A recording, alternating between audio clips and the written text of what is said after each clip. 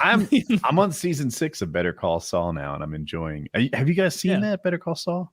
All of it? I'm done with it. I've seen it. You're finished the whole thing. Yeah.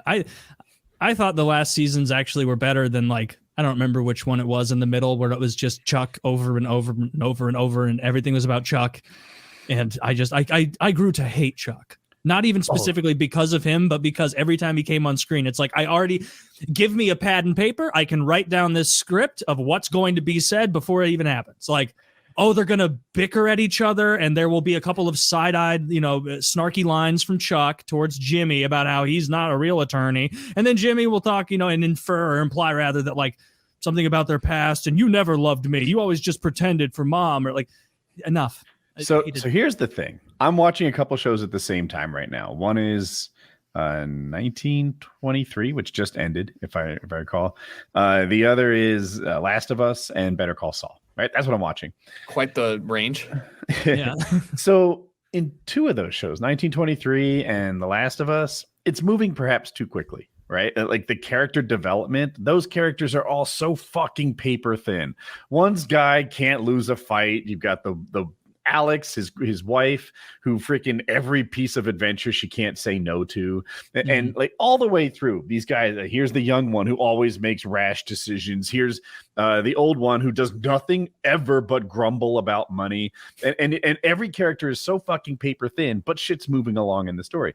Then you get Better Call Saul, who spends 2 years on building a relationship between Jimmy and Chuck, who spends 6 minutes like tying shoes and putting your wallet in a mailbox and grounding yourself on the pipe and all that shit. However, in the first show, there's no character development. In the second one, my wife and I are debating, like, is Chuck a bad guy? Is Jimmy's a bad guy? Chuck was right about him. Everything Chuck ever said about Jimmy was on target. Yeah. He's like, you can love this guy, you can support him, you can invest your emotional labor in him, and he will still screw it up and he will screw you over. That's what Jimmy does all the time. But you like Jimmy, he's charismatic, but Chuck wasn't wrong. Chuck should have supported Jimmy a little more in his career. When he went to law school and showed all that promise, you feel like you should have supported him, right? But Chuck didn't. And Chuck was right. Jimmy with the law degree is just a more dangerous version of Slippin' Jimmy than there was before. He was right. And that development is slow burning, I guess. But man, those characters are deep. You try to figure, like, does Nacho deserve better? Does Jimmy deserve better? Kim Wexler, how, like, I really like her. Yeah, I like her too. But she's Jimmy adjacent in terms of like morality and stuff. She's not above going to the fucking city and getting Mesa Verde's bank plan slipped in under the radar. Like she's great with that. He'll be like, hey, I know you don't like these scamming things, but we need to go scamming. And she's like, oh, Jimmy, let's scam. Yeah. I think that's actually from the show. And so, some of the scamming wasn't for her benefit. And right now she's trying to do a scam in season 6. I don't know where it's going to lay out, but it's something to do with like taking down Howard to get the Sandpiper settlement happening sooner. Don't spoil it for me, but that's what's happening. And it's like her leading the scam. But anyway, these characters are so developed. And I'm really torn on, do I root for them? Do I not root for them? Are they good people? Could they have been better people with more support? That doesn't happen if the show moves along quickly. So I'm here torn. Like, what exactly do you want from a show, Woody? Do you want this slow burn with deep character development that irritates you at the time when I'm like watching some guy tie his shoes in the reflection of an exhaust pipe or whatever? Or do I want it to move along like Last of Us, where they teleport from freaking Boston to Kansas City and not develop? I don't know. They spent so much goddamn time in that fucking arcade with that ugly fucking big-headed Samoan bitch. Like fucking kiss her already so we can move on. Joel, we can go to the next scene. Joel is bleeding out from a filthy baseball handle stab wound. You got to reminisce about your nonsense. Dyke? Is that the proper word? Your stupid girlfriend. Yes. The dyke is what they prefer. I don't care if you're gay or I don't care. Or I don't fucking care. I care about the fungus. Joel is bleeding. Here's the thing. Here's the worst part. Nothing about that flashback had anything to do with like abandoning or staying with Joel. Man, Man, I haven't watched this episode. I was on an island. To stay. I guess she's remembering back to her girlfriend. Hold on, Kyle. Don't don't say anything too much because it's okay. I can remove myself from the conversation. Has not seen it yet. Oh, I didn't even. But I played the game, so I played the game. I just, the games are, But I mean, I don't know. I haven't seen the way that the progression goes. I mean, so with this episode, because I haven't seen it, but like the game flashback. I'm kind of surprised that people are surprised that the game is very gay facing. Like it's a gay game, you know? Like to me, I don't know where the placement is, but like, I don't care about the gay part. No, I'm saying there are a lot of people that when the third episode with was it Nick Offerman? Nick Offerman. Yeah, and we loved that. God, that was so good. But they were like, I said something about it, and I saw so many people on Twitter like, what the fuck are they doing with this? I'm like, you never played the game. You never there's no way that people are like missing. I never played the game. I love that episode. It might be their best episode. Loved it. I think it was good. I thought it was one of the best episodes of TV to have ever been aired. I agree. I cried a lot. It was tremendous. I cried. It was emotional. It was good, but like the difference is like that episode, even though it was a sidetrack thing, it set the stage for something that became important later. And it also, I think we talked about this on the Hangout, like an importance of showing that was setting an anchor point for hope so that it's like, it's not just surviving another day. Happiness is possible. Look at these people who kind of carved out a happy existence. It gives the character something to aspire to so it doesn't feel so dreary and all that. And so it to me, it made total sense and it was done very well. This most recent episode is another ham-handed romance. Not another ham-handed, is a ham-handed romance. And unlike that episode 3, it adds nothing to the deepness of the story. It genuinely feels like I could have skipped this episode entirely and I wouldn't lose a thing I wish at all. I had. Did you know? It's bad. It's the first sincerely bad episode of the series. Did it get rated?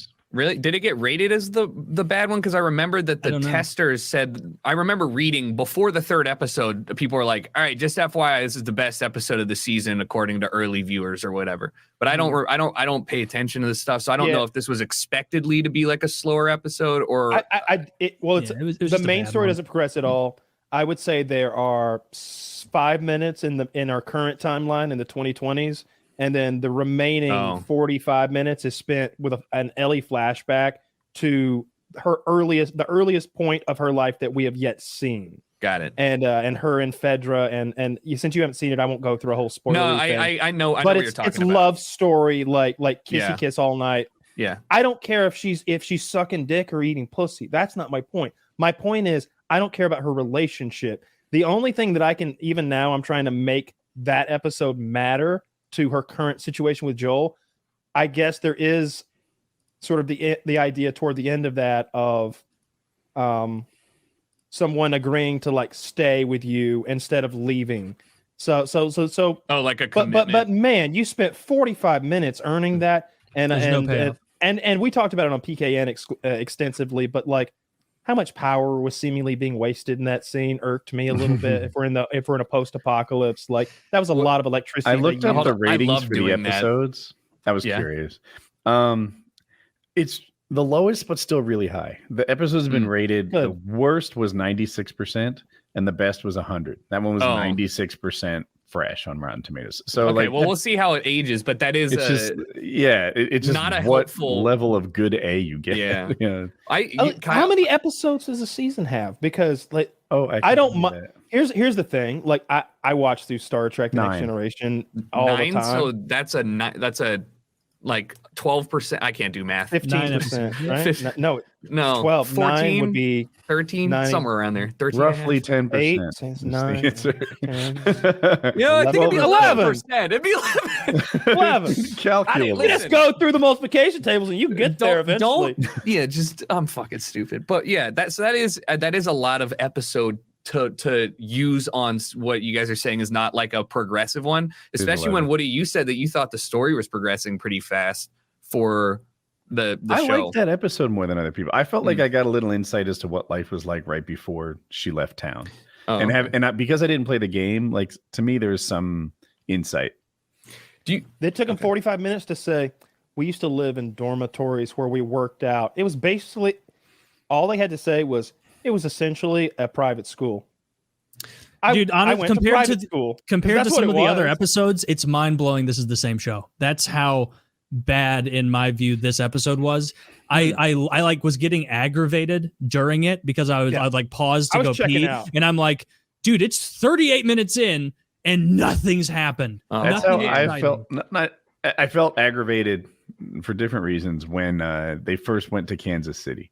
Like the road was blocked, and they're like, "Oh, well, I guess we just drive through the worst infected city in the country, because that's the best idea going forward." Oh, look, there's an ambush, just like I used to make. I should probably drive towards it and hope for the best.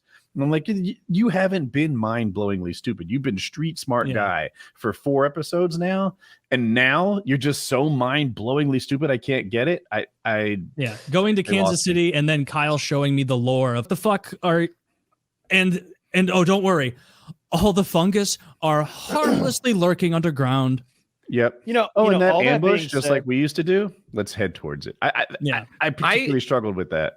What Kyle said that made mention of with the power usage, there are things in post-apocalyptic worlds that really bother me specifically, and I thought they did a good job, or at least a decent job, just getting rid of like the very basic shit in the first episode or so. Maybe it was the second where she's like, "What are you doing?" He's like, "Gasoline's pretty much dog shit. We got to do this every 2 hours, or else we're not going to make it. We got to keep siphoning gas." And I was like, "Okay, well, like that's better than just driving on a full tank of gas for the entire way without addressing that."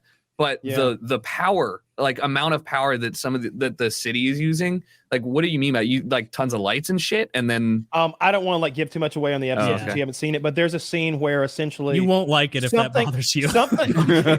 You're gonna be like, "Oh, fucking!" They choose to turn the power on to an old world building that is full of like lights electronics and stuff, electronics, and like it'd be like they don't go to a baseball stadium. It would be the same thing. It would be. It's probably worse what they did than lighting up a baseball stadium. And you're like, the grid can't handle this. And they're just like casually walking around, like, look at this and look at that. And all I'm thinking is some poor guy wherever they are burning pig shit to make the electricity. He's like, more pig shits quickly. Like dials going off the fucking spinner. It's interesting because it's based on a game. In a game, if you told me like, "Oh, this girl's staying here, but there's a monster that jumps out at you," I'd say, absolutely, right? Of course there's monsters jumping around. That's almost how I know I'm still going in the right direction. But in a TV show or a movie, I'm like, what? They didn't clear this building out of bad guys first? Like, they have a child staying, 16, but I'm calling a 16-year-old a child. And like, how could the adults be like, you stay here on some fucking rags you put on the floor using them as pillows, and we didn't clear this building to make sure there are no zombies in it? Outrageously dumb. But in a game, par for the course. Well, I didn't think about that. I like the show a lot, and I think right now it's winning me over with the acting of the 2 leads and the special effects. You know what? Because all that's on point. Yeah, I was gonna say the casting was really good, and I feel like I think you probably, since you didn't play the game, maybe that's a differentiating thing. I'm not appreciating it, but I've seen the appreciation threads and looked a little into it and been like, wow, that is beat for beat. They hit it. Yeah, it's like who's the Pedro Pascal. I don't know why I blanked on it. The guy's a genius, so good. But it kind of hurts when people refer to it as like the best video game adaptation, right? Because it's just like a really great show, period. And it's don't you wish he was Mario now?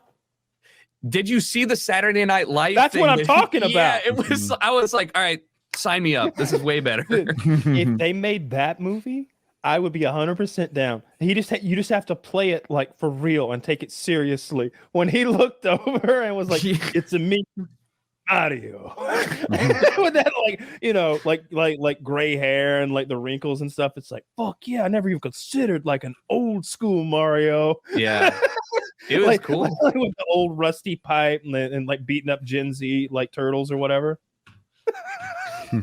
Yeah.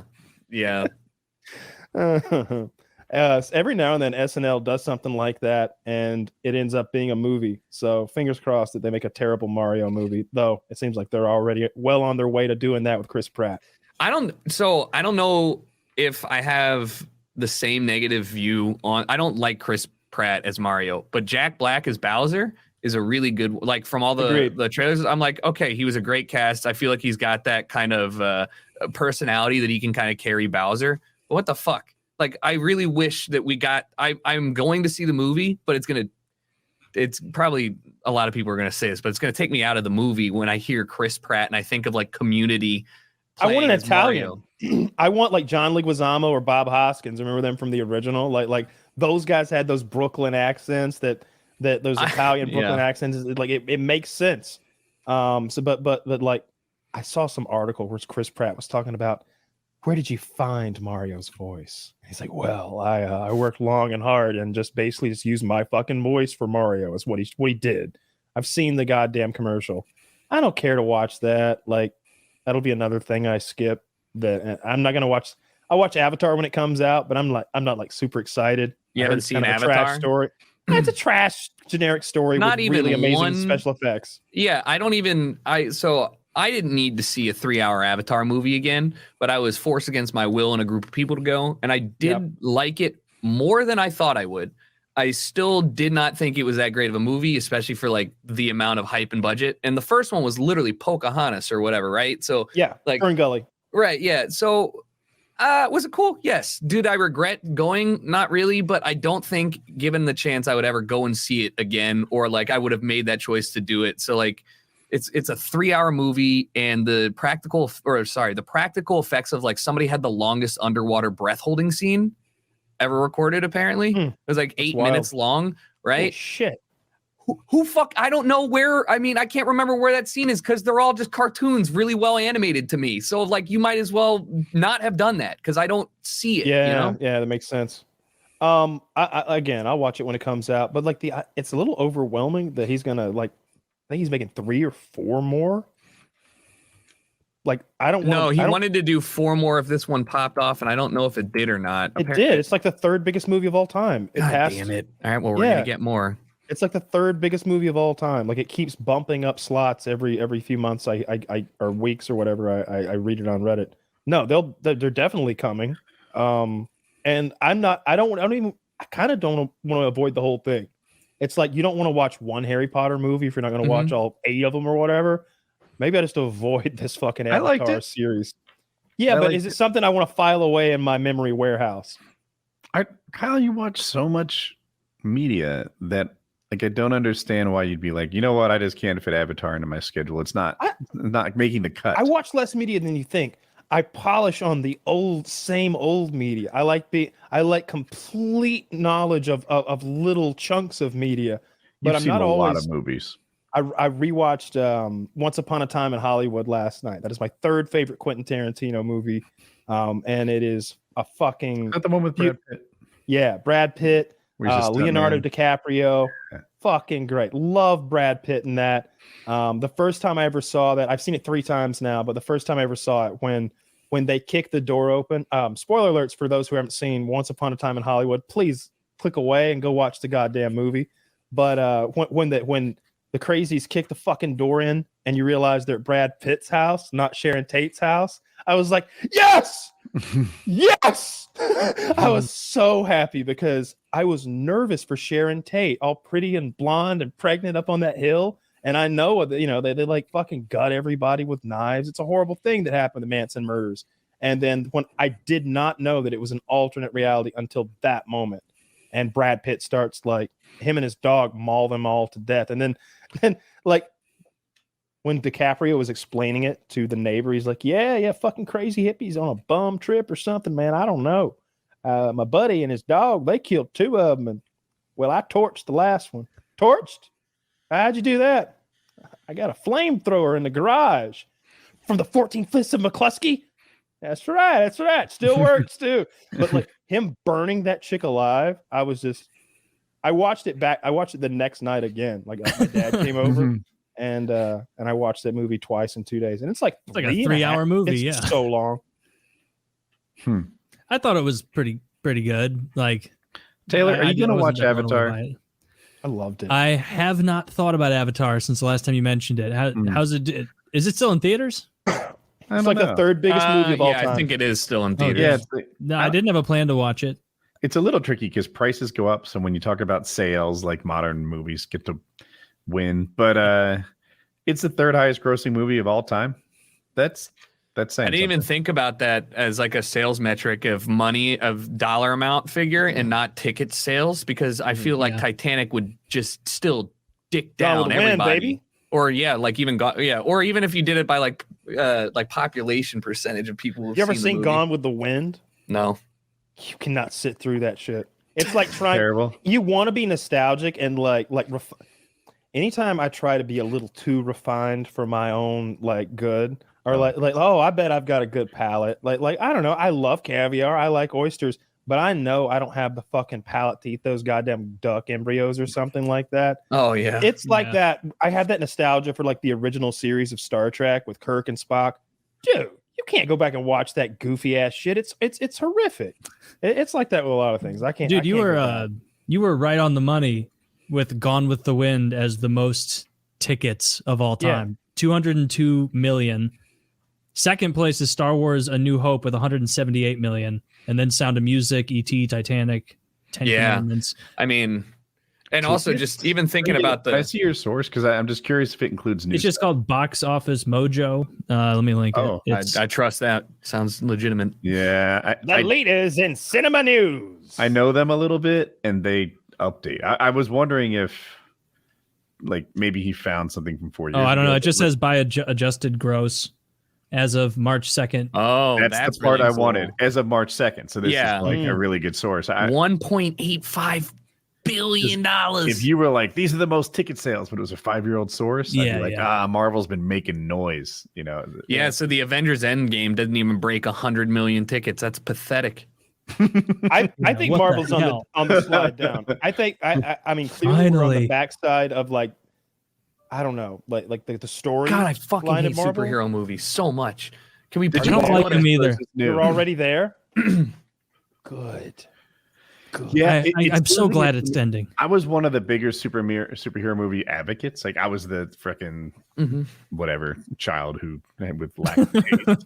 He was like, I really like it when Captain America picked up the hammer. I like that too. You guys are missing the magic in that. But really good. It was really good. For a minute, it didn't seem like they were going to pull it out. I really thought the whole world was going to win in the end. They all died in the first one. Yeah, the bad guys won in the first one. So anyway, I really, really liked it. But even I, one of the bigger semen swallowers for Marvel, am just like a little over it. Good. I use you as a weather vane of that, and so for you to be saying I'm over this, I'm like the tides. The times they are changing. Like Ant-Man that's what's coming. Is like a colossal disappointment. That's what I'm saying. The second that we started making, not the second, but like recognizing we're making superhero movies with Paul Rudd as like, I mean, I don't know how good of an actor for Ant-Man he was, but like I've disliked them all. It's just like what, like, guys. You like, there's no way Ant-Man as an IP was so popular you decided to make a multi-million-dollar movie on it. There's just no fucking way. I can't put my finger on why, like, Ant-Man, that is a terrible concept. Spider-Man, one of the best ever, but Ant-Man's so stupid. But makes sense. Spiders are scary. Yeah. He slings webs and flies around. Ant-Man gets small. He also gets big. Oh, sorry. Which doesn't make sense. Yeah. And Ant-Man I think he might maintain the same amount of mass. He just becomes hyper dense when he gets small. But that can't be true, because then when he got big, he'd be like hollow, just like a blow fucking, away. Yeah. Somebody would punch through him. Do you remember in the first Avengers movie, I forget what it was called, when the Incredible Hulk one punches that, I think it's called a Leviathan, that big tube flying thing. And we were all like, oh my God. Sure. Incredible Hulk is a match for that thing. Oh my God. Well, we got one guy who could deal with these things. Everyone else, it's a team effort to take one down. You can forget that Ant-Man one punched a Leviathan too. Like, he's Incredible Hulk's peer in this regard. He's a badass superhero, but I don't care about him. And for some reason, I don't give him the credit that he deserves. Because he's not Paul real. Rudd- He doesn't deserve any credit because he's a fucking fake thing. You know, he Well, doesn't need any.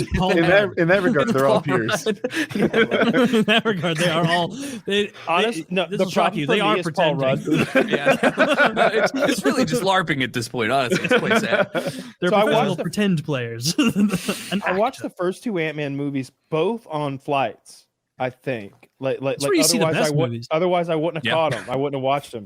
And man, they're just shit. I don't care. Like all got the you old hostage. people that are in them, like fucking Martin Sheen is in there, and Kim Basinger I think is in there, and his girlfriend or whatever, who's like the hot elf from The Hobbit that they like worked in there. I think that's Ant-Man's girlfriend. She's the Wasp, and she like flutters about and stuff with him, and he There's rides. three bug-related heroes. His girlfriend is the Wasp. Guess what his nemesis is in the second one? I think it's The the second Leech. Yellow one. Jacket. Try one more time. Come on, try to. She's we a got white the Wasp, Anglo-Saxon the Ant. Protestant. We got Ant-Man, the Wasp, and who do you think the villain was? The Scorpion. What's Yellow a bad Jacket. one? The It's Scorpion. fucking The Yellow Roach. It was the fucking Yellow Jacket. The water And he looked- The Roach flew cannot be around. killed. Whenever you step on it, it smells terrible. I'm honestly done with those movies. I stopped watching the Marvel TV shows. I don't care if they do something with the original Avenger cast again. Anything that they stick. I watch any Guardians of the Galaxy stuff because I like what they got going on there. But I'm not gonna watch any more of those side characters. I don't care about any of that shit. I'm done with it. How are you for recasting a bunch of the characters?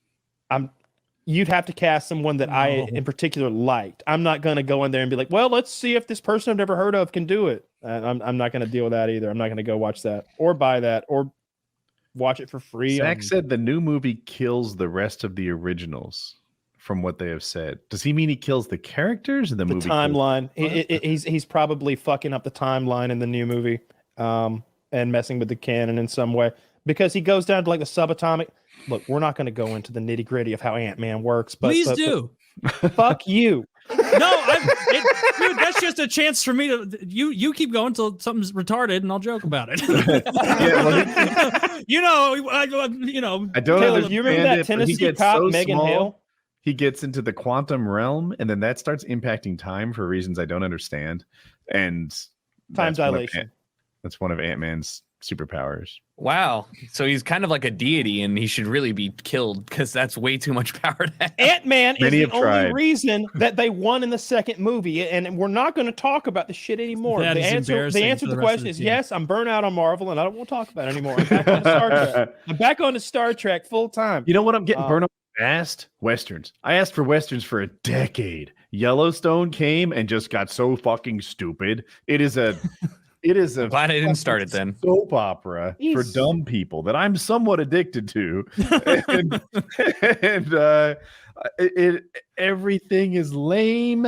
The characters are all super thin. I don't even know half of their names. In this house, the one who's dating Tater is just known as Token because I don't know his real name. Yeah. Kyle, do you know Token's real name? Token what? What are we talking about? He's in the bunkhouse from Yellowstone. He's dating Tater. He's the black. The black guy? Yeah. Oh, See? He's Black Token. Carl. Yeah. Anyway, I don't know the characters' Blackie. names. Everything's so super thin. It's the same thing. There's a wealthy person trying to buy my land for 6 years in a row now. There's no plot to it. Taylor Sheridan seems to think he's terrific and his show is popular, so I can get why he thinks that. But it's a love to hate thing. Yellowstone is Star Wars in that everyone's excited to see it. It dominates sort of TV. Everyone's interested in it, yet everyone's upset how bad it sucks. Yellowstone is Star Wars for Westerns. Interesting. Or the last season of Dexter. I've Okay. enjoyed everything I've seen of Yellowstone. people hated that. I think Westerns are better contained in movies most of the time. There was that show Hell on Wheels. Did you ever see that about building the railroad? There's your show. Hell on Wheels. Mark that down. It's good actors. You'll recognize half the cast. And it's about building the railroad. You've got like a railroad lawman who's like trying to keep things cool. You've got this Norwegian guy who's like the villain, who's like devious mustache twiddling weird guy. I'm going to knock your train off the tracks. He sounds a lot. That's And you better not even try to stop me. Does he have any motivation? Money. Yeah, you've got you got railroad barons like sort of like pulling strings and like villainous in characters. the Yellowstone universe. All the bad guys have like no motivation other than just mustache twirling evilness. So we're building the railroad out west. I hate and that like in shows. in front of us, He's just a bad man. Why are you doing this? Yeah, It's like, you're wasting time. Don't you have a lucrative oil business somewhere? King Joffrey, in that there are this is 1923. There are these like super hot whores that this guy hires, right? And there they are dressed in this like super hot lingerie, and he's about to fuck both of them. But for some reason he gets called away and the big guy comes in. Cool. So now you're like, oh, but they're paid for. So big guy is gonna, go with these. What does he do? He has them hit each other and hurt each other because he gets off on people enjoying inflicting pain. So and he makes it very clear, like, I'm not getting off on her screaming, so don't scream. I get off on how excited you are about giving pain. And then he has him. So the one eventually gets into it, starts whipping her on the ass with a belt, obviously hurting her in a big way. And he's like, all right, now switch, because he wants the one who's in pain to seek her revenge. And it's just like, this is just fucking mustache twirling evilness. You're trying to develop that this guy is a terrible person, and all you can do is this. It's fucking lame. Yeah. Are we talking about Joffrey? Because that was amazing. When Joffrey did it, the look on his face sold it for me. And by the way, Joffrey was a teenage boy. He's a teenage boy with a pair of hookers, and you're like, oh my god, yeah, they're trying to fucking subdue this kid, make him think about something else, like by giving him, like, let's get this guy addicted to girls. That was what was happening in Game of Thrones, and it didn't work. Instead, his love of like being an asshole was so strong. He was an asshole with these girls, and he hurt him, and I think he killed one. They just copied the scene in 1923. Shot her with that crossbow that they gave him over and over in less than lethal areas, like shot her in the kneecaps and in the titty and in the pussy and stuff, and like skewered her with his fancy crossbow. Yeah, he did. Yeah, he shot her up pretty good. That's a good show, though. And the amount of arrows that were in her with a crossbow, that was less a fucking 20-minute ordeal. That's a lot of reloading. Because you're having to crank it, and like you have to stay motivated to keep being angry for an episode of Sunny. They tried to copy that energy. You got to be excited about. I saw Warner Brothers bought Lord of the Rings, and they're going to have like a whole series of new movies. Now I can't believe that they would make the trilogy and not make it a quadrilogy, because it's clearly should have been at least 4 films. I think it was already done perfectly. That's what you think. That's what I know. That's what, you know what? I bet those people that watched the animated Hobbit back in the day were like, oh, that's great. Why would they make this trilogy of Lord of the Ring movies? No, the animated Hobbit is very good. This is going to be better. They're going to improve upon that scene with the ghosts, which was quite shit. I can't wait till all they do is go back and fix that. That's fine. Where they're scoring the games.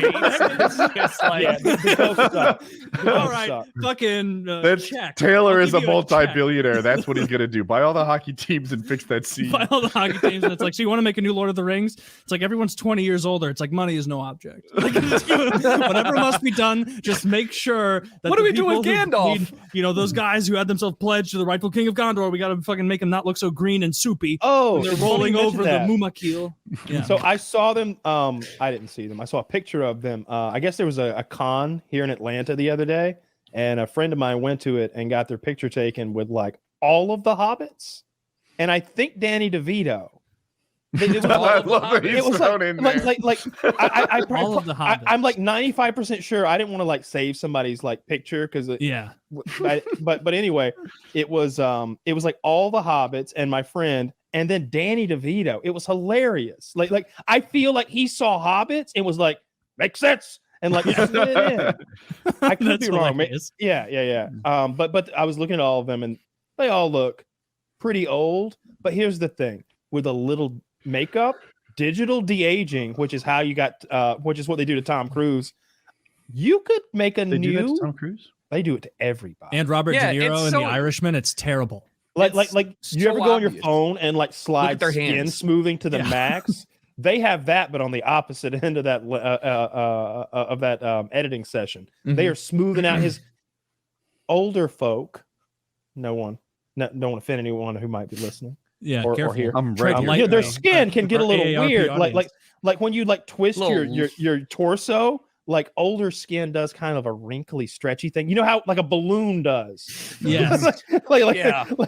But Many and- lines. And so when Tom Cruise like torques his torso, I think he gets that, and they like they polish his rib area out, polish out like where his abs and his pecs like meet, because that can be kind of no matter how fit you get, that can be kind of a wrinkly Dude, area. I maybe. love that I don't have that yet. I don't mean to talk about me, but like I don't have old man chest at all, and I look in the mirror for it. Like, still okay. Still okay. No old man